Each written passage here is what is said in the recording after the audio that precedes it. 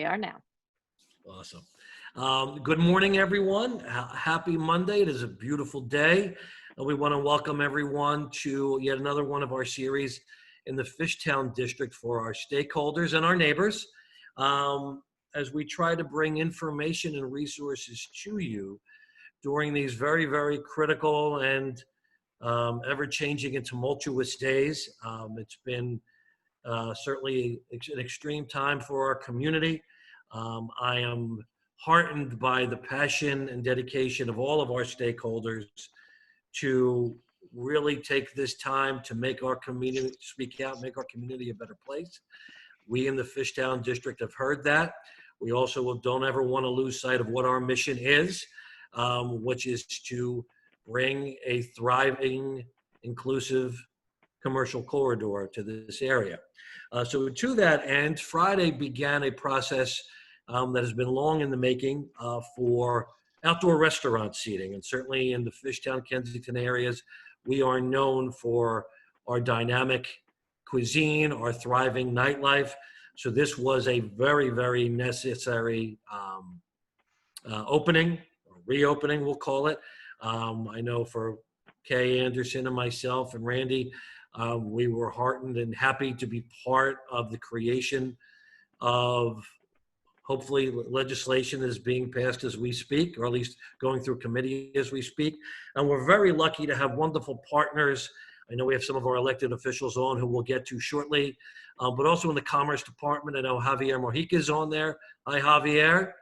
And we're glad to be joined today by Joshua Stratton Rayner, who is the manager for corridor improvements for the Department of Commerce and also a Fishtown resident. So welcome, Josh. And Josh is going to walk us through for everybody the process of what you all need to do to get your business ready for outdoor seating. We'll also talk about what that means as far as your sidewalk, parking lanes, and hopefully in the future, street closures. So Josh, I'm going to turn it over to you, and thanks again for joining us today.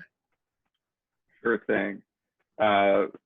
Thanks for inviting me on. And yeah, I've been part of a multi-agency department team over the past several weeks, which was already working on this question of how to safely and effectively permit some form of outdoor seating for restaurants across the city as a whole. We were already at work on that process when we got a little nudge from the governor 2 weeks ago who mandated that outdoor dining be permitted in the yellow phase. So we were able to, the city administration stave that off for another week. The governor's order allowed when we went to yellow on June 5th, but the administration here locally pushed that to this past weekend. So we only had 2 weeks to get something really finalized. We were able to get that together by in time for this past weekend. And we now have a registration application process open to allow the expansion options for restaurants that did not already have licensing for outdoor seating. So that's a critical part of this. A lot of what we saw this past weekend being open was restaurants that already had that permission outside of Center City from existing from before the pandemic. So I'm just going to, let me see if I can open the chat here. I'm just going to make it easy for everyone, I'm going to paste a whole bunch of links that we have for our guidance that we developed, which is published on city websites. See if this can work.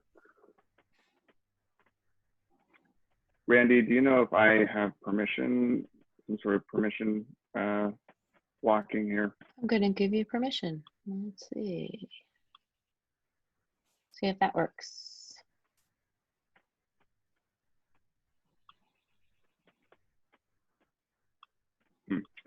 Well, I'm running into a difficulty. There we go. Oh, okay. That work? I will try to keep working on that while I while I continue talking. So yeah, so like I said, we already knew that restaurants with existing sidewalk cafe seating permits were going to be able to open this past weekend. What we did was we also set up a process with additional typologies available to roll this out citywide. And that was really crucial for us. We wanted to not only adhere to health guidelines, but also make sure that this was something that all of Philadelphia could enjoy, not just limited to certain commercial corridors or districts, but really anywhere where it was safe to have outdoor seating, we could allow this. So we also, at the same time, wanted to align as best we could with the pending pieces of legislation that Councilmember Dom introduced. And so what we came up with is an interim allowance while those pieces of legislation are working their way through the process, that we do expect to almost entirely align with those ordinances once they, knock on wood, are passed. So the first typology, I'll just go through the four of them really quickly. We have the standard street sidewalk cafe seating. So that's, tables and chairs right in front of the establishment on the sidewalk. The second typology is a streetery, which makes use of the parking lane in front of the establishment. So you can block off a section of that parking lane, protect it from the travel lane, put tables and chairs there so you can have even more seating. The third typology is an adjacent lot that's privately or publicly owned, having some sort of permission from the owner if it's not owned by the establishment already, to put tables and chairs there. That requires a temporary zoning use permit. That is the only permit or registration that has a fee associated with it. It bypasses the typical zoning process, which, as we all know, requires neighbor approval, some sort of lengthy process with the community that just really, it's lengthy, and it's not really possible for a lot of the communities at this moment where we're still adhering to social distancing. So that there's a process that we have in place for that. And the fourth typology is an open street closure pilot. So that would entail a block or several blocks put together, being closed entirely to traffic to allow a large amount of outdoor seating for areas where there are concentrations of restaurants. So those are the main typologies. That last one is a pilot program. So we are going to first choose 3 or 5 locations, see how that goes. It'll be a limited time of around 60 hours, likely over a weekend. There may be some exceptions to these things here and there.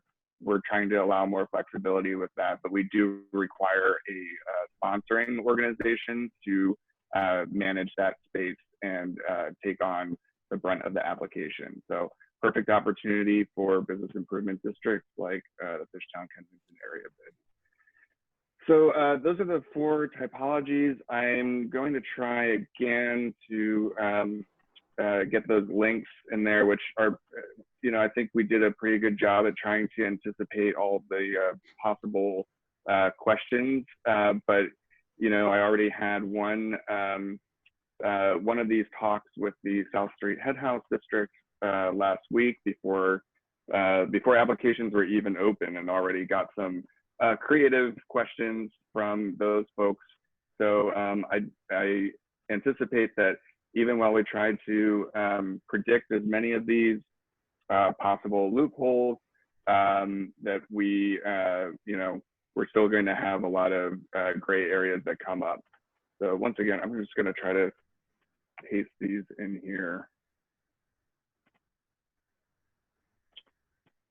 All right. It's not letting me for some reason, so that's fine. Mark, I'll just send you an email and Please, and we'll circulate it. yeah, that sounds good.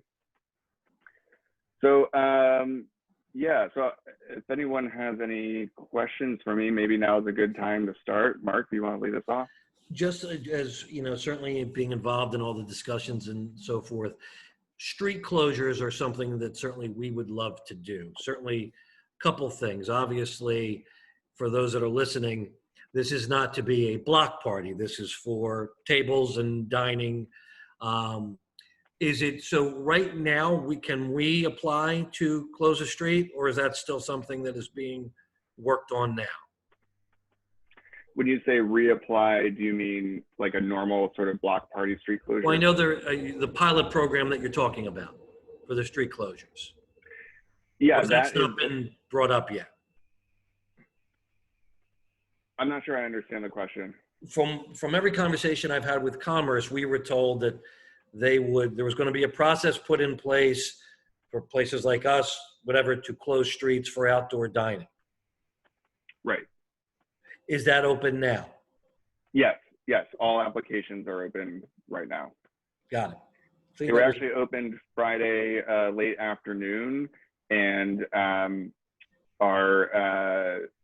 so they were open over the weekend to give folks a chance to have the weekend to apply. We were intending to begin processing this morning, and it looks like some folks at L&I actually did use the weekend to begin processing. So some applicants have already received their registration. I also just want to point out that this is a registration. It is not a permit per se.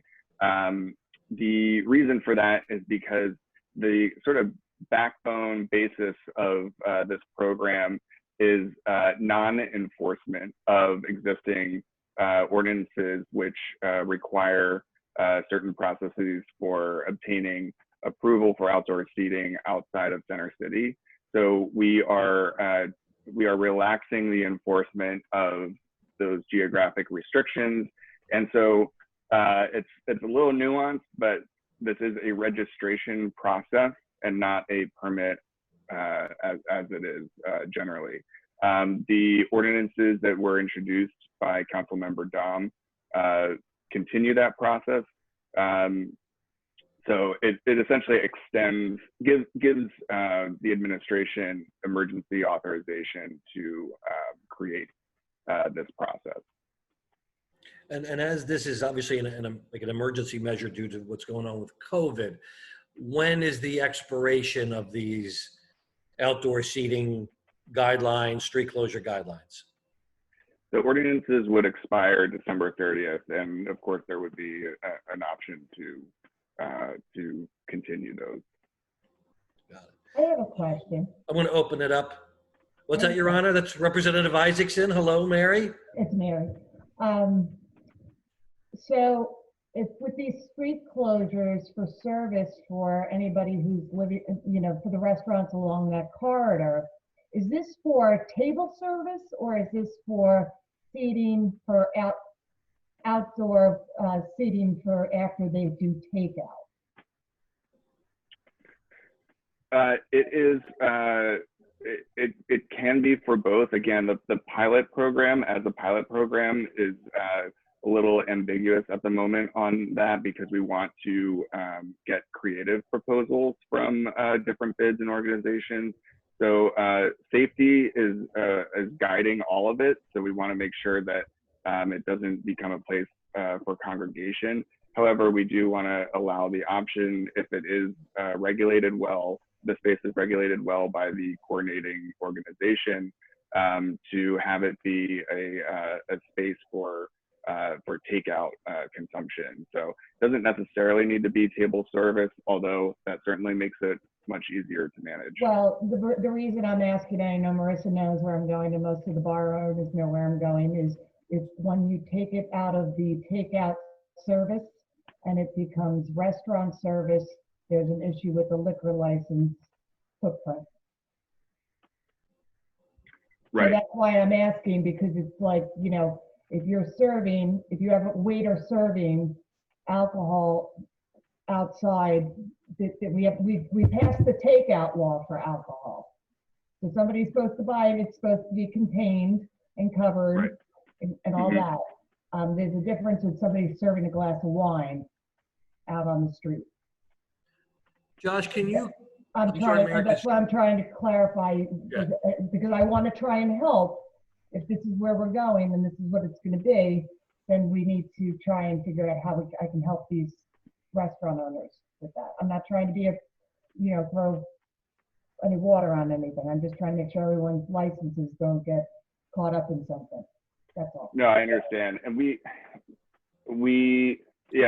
I want to preface all of this by saying that, there is an experimental quality to this program, because we are trying to prioritize speed and safety. So some of those sorts of details are still being worked out. And again, that's why something like the open streets typology is a pilot program to begin with, so that we can work out these questions. We would expect that a coordinating organization would, write out in their application a plan for how they intend to manage these issues. I understand I've looked at the PLCB's latest guidance. It's their advisory 26, the revised version of it. And they have a pretty stringent process for their expansion of premises applications. I don't know that we've necessarily discussed how that takeout component would apply here. Again, the whole intent of this program is not to allow the kind of congregation that you would see if there was a lot of, if people could take out from alcohol sales from bars and then, just carry them over to the table and hang out there. We've already seen a bunch of that happening on the sidewalks as it is, and it's certainly not something that we want to encourage. So I will absolutely take that feedback back to our working group, and certainly we can reach out to you as well for any assistance that we might need, and offering possible changes, whatever might you might be able to do at the state level if there are these concerns. Okay, yeah, I just want to be able to help out. I mean, I Sure. have Fishtown, I have Northern Deliveries, I have South Street, I have Old City. This is why Right. I recognize that this is going to be a big issue, and if we have to troubleshoot now, let's do it now so that we can get everyone getting the maximum sales going as soon as possible. So, okay, Certainly. thanks. Thanks. Your Honor. Just as an aside, I guess, and we'll lead to a question, Josh or Mary, and I know Matt and Marissa are on from Senator Farnese's office, is I believe that the places that want to serve outside have to also go through the PLCB to possibly make some changes with their license to serve outside. Am I right with that, Josh? Or That's anyone? right. Yeah. So part of why we didn't really get into the weeds with this, with these liquor questions, is because the PLCB's process for extension of premises, their temporary extension of premises process is much more stringent than ours. That process still requires drawings of the proposed extension of premises. They are being granted at the point of application on a conditional basis. So, they could be revoked upon review, but they do require different attachments like drawings that we aren't requiring for our program, except for, if you want to have a streetery, you need to have a sketch included.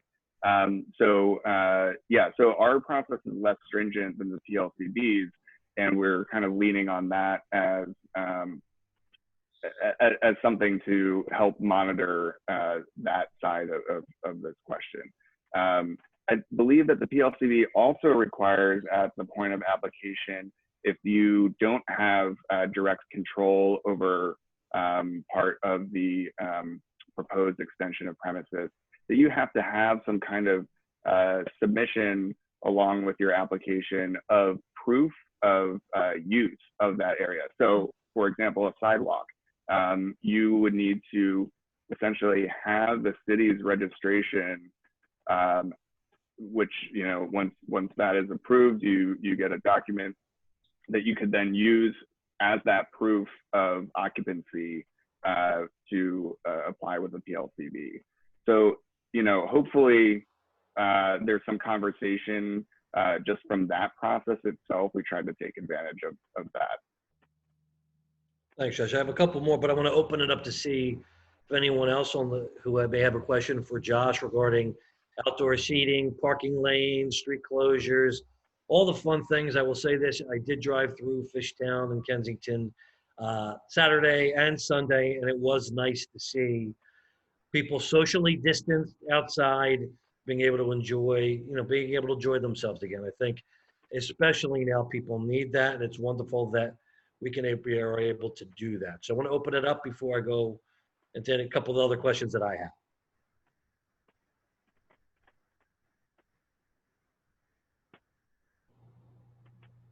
And if there's none, I'll ask. Josh, which department is responsible? I know since everybody is in essence registering, so the city knows who's doing it. Who is responsible for enforcement? What department? That is a great question, and it's also a nuanced answer. So we are still working out a streamlined process for that on our end. We hope to have that figured out by the end of the week. Sarah Adamo from LNI just testified to that extent at the hearing about an hour ago. So it is something that we're continuing to work on. We do already have a system in place for enforcing, depending on the type of complaint that it is. So, you know, if there's a social distancing issue, that gets referred to health for enforcement. If it is, if there's rowdy behavior, that goes to the police. So we do have, LNI has a hand in this as well. So at the moment, because we are still sort of slowly rolling out these registration approvals, that is the process. It's a little convoluted, and we're trying to consolidate that into a much more streamlined system. But yeah, we do hope to have that more effectively roadmapped by the end of this week. And what's for those who are applying, because obviously we want everybody to do so as quick as possible so that they are ready for this coming weekend. Describe a little bit about the process and the turnaround. Sure. So for the sidewalk cafe seating and for the streetery application, it's the same application. You can apply for one of the options or both on the same application. If you're applying for one of the two, we are promising a 3-day turnaround for that process. So we are offering an expedited process because we understand the urgency to get back in business and get that expansion going. If you're applying for a sidewalk cafe registration and a streetery registration, that might take a little bit longer. The same goes for the zoning application, and then the pilot program is, we're trying to aim for around 10 days just because it is a lot more intensive of a program. It would require some level of city resources for materials to block off the area. There's a lot more coordination that needs to happen with that typology. So again, so the two easiest are the sidewalk cafe seating and the streetery seating. They're both on the same application, and they're a 3-day turnaround. One of the questions I know that I've gotten from a lot of our stakeholders is there a time limit, meaning they're only allowed to do this from a certain time to a certain time each day? Right. So we are expecting customers to be vacating the tables by 10 o'clock to give staff time to put everything away. Seating and tables need to be either brought back inside and secured or I'm sorry, or secured outside, against the side of the building or to the street, however it might be, as long as it preserves a travel lane there.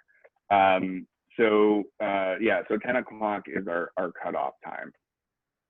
Gotcha. I want to, before we move on, I know we have on, I want to let Representative Isaacson and either Madam Marissa from Senator Farnese's office just chime in, give a little bit of updates of things they're working on, or also any comments about this, because we certainly want to make sure, as with each passing day, each passing weekend, more and more of our businesses are open, and this is very, very necessary. We always, I think we forget sometimes, is how much these places are hurting and how much this lack of lapse or lack of enforcement of regulations and expansion can really help. So, Representative, do you have anything you'd like to add, share, anything like that? Well, I'm happy to see this getting moving, and again, as we're learning how to figure out how to do this, whatever I can do to help with the LCB with regard to whether it's extension of premise or making sure that even the temporary is getting processed quickly so we can get business up and moving. I don't want them dragging their feet, or I don't want a backlog, and so if I have to, keep on them, I want to know, and so I want you all as a district to let me know. I don't know if that's a matter of getting a list of all the lid numbers on who's applying, or just providing it. I'm sure Marissa is going to be more than happy to help me with this. But as far as updates are going right now in Harrisburg, it's not a pretty sight. We have a big deficit, but with regard to the issues that you guys are dealing with, some of the stuff on the liquor committee that has been put forth is to try and do something about fees later on this year that'll be due. See what we can do as towards your economic issues. Maybe have something passed for a year, especially with things in safekeeping and that was plant expansions and that kind of stuff. So those are some of the issues, but unfortunately we have a $5 billion deficit in Harrisburg right now because of this. Unless the feds do something, there's not a whole lot of more money that can be coming out of Harrisburg. That's the unfortunate situation we find ourselves in right now. Hopefully we get you all up and running and generating revenue, and we can start taking care of that problem. So I'm always here if anybody has any questions. And Your Honor, how can they get in touch with you or your office? Probably, well, you can contact my office directly. My phone number is 215-503-3245. Or if they want to coordinate through you so that there's one point, because then you can coordinate with the city. I don't know if maybe Joshua, if you start getting a list of who's registered, and then we can find out what they're getting approved for. Some restaurants may already have a extension of premise for their restaurant already because they had outdoor seating prior to this. So they don't need to go through the process with LCD. But if you didn't have that and you want to serve and table seating outside your restaurant to be compliant with service by a waiter, not service of buying as takeout, they need to get an extension of premise. And then we're happy to help that along the way. I have orange placards in my office, as some of the bar owners know. So if anybody needs to do a 30-day posting quick, our office has them. Our office is not open to foot traffic. You need to call and let us know, and we will get one to you. Okay? Thanks, Your Honor. Marissa or Matt from Senator Farnese, anything you want to add, share? Same as, Representative Isaacson, we're here to help. I know with all of these new changes and stuff, there's going to be a learning curve, and there's going to be, some bumps in the road and stuff, and some confusion and all that. So feel free to, reach out to our office. I'll put my email in the chat for anyone. but yeah, reach out with any questions, concerns, anything that we can do to, help speed things along with the LCB at all, or, anything, or answer any questions, feel free to reach out. Thanks so much, Rissa. And just so everyone knows, at the bottom, both Randy and Joshua shared some documents. We'll send out an email blast today with this recording, as well as those documents. We also urge everybody, especially for those of you in the Bid and surrounding Fishtown areas, contact us. We're happy to guide you from point A to point Z. You can either contact me, Mark, M-A-R-C, at fishtownbid.org. You can find us at our website, fishtownbid.org, or the Fishtown District on social media. Also, we have started a Pivot Your Business grant for our stakeholders, where we're encouraging all of our stakeholders as we get towards reopening. We're offering up to $1,000 for, whether, for example, for outdoor seating, if you need help with barriers for a streetery or something like that, apply. It's just our way to help you all start to get profits back in the door. So we'll keep sending that out, and certainly contact us with any questions. Before we conclude, Josh or Javier, do you have anything to add from Commerce regarding this or what we can expect? I do have a quick question that I know no one's going to be able to answer, but I do get this a lot, and this is one that I know we're only guessing. And the guess is, when do we think Philadelphia will go into green? We have a pool going, and my bet is July 10th. I think I'm going to lose it, but in all seriousness, what do we need to see from now to get to that, so that we can move to that next stage? And I'll open it up to any one of you. Not so much the when, but what we need to see. Yeah, I mean, I think we just need to see as much continued adherence to the safety guidelines that the city put out. I do want to note that along those lines, there are a couple of differences remaining between our city guidelines and the state guidelines. The state allows parties of 8 people or fewer. We are still capping that at 6. So I've already seen different restaurants that seem to have a little bit of confusion about that. Messaging is tough, but we're trying to do everything that we can to encourage following the guidelines that the city is putting in place to keep those numbers down, so that we can continue this great trend and move toward green in a timely manner and keep it that way. There's a lot of consternation in the hearing at the moment about bad actors through all of this.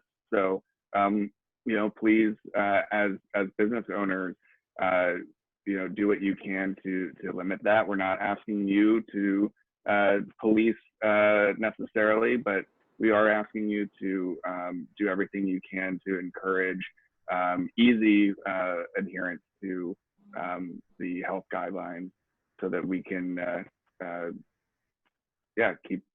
keep moving speedily towards a return to normalcy if we can. Thanks. Thank you, Josh. Well, I want to thank everybody for participating today. I think we all agree that it is a wonderful first start. As we all know, we're kind of learning a little bit. Josh, before we go, or Javier, I know we mentioned earlier, right now there are bills literally right now in committee. Could you just give a brief overview of what those bills are and what they hope to achieve? Sure. So, in broad strokes, the bills would allow the city to make during this emergency period, would give the city administration the authority to create regulations around these issues that would be able to override some of the existing aspects of ordinances that are already on the books. Really, in particular, the allowance of outdoor seating outside of Center City without needing to go through legislation. So, we have what we're doing at the moment is a temporary basis under the emergency powers given to the administration, but those don't have the legal basis to continue indefinitely. So the ordinances that are being heard today might still be going on for all I know. Likely is. They are. I know they started at 11. Yeah, great. So so those ordinances would give that legal authorization to continue those sorts of regulations and develop new ones as this goes on, and we find that we need to tweak something here or make a major adjustment there. So it's really about giving us the ability through the summer to make this work in an equitable and an effective manner for everyone.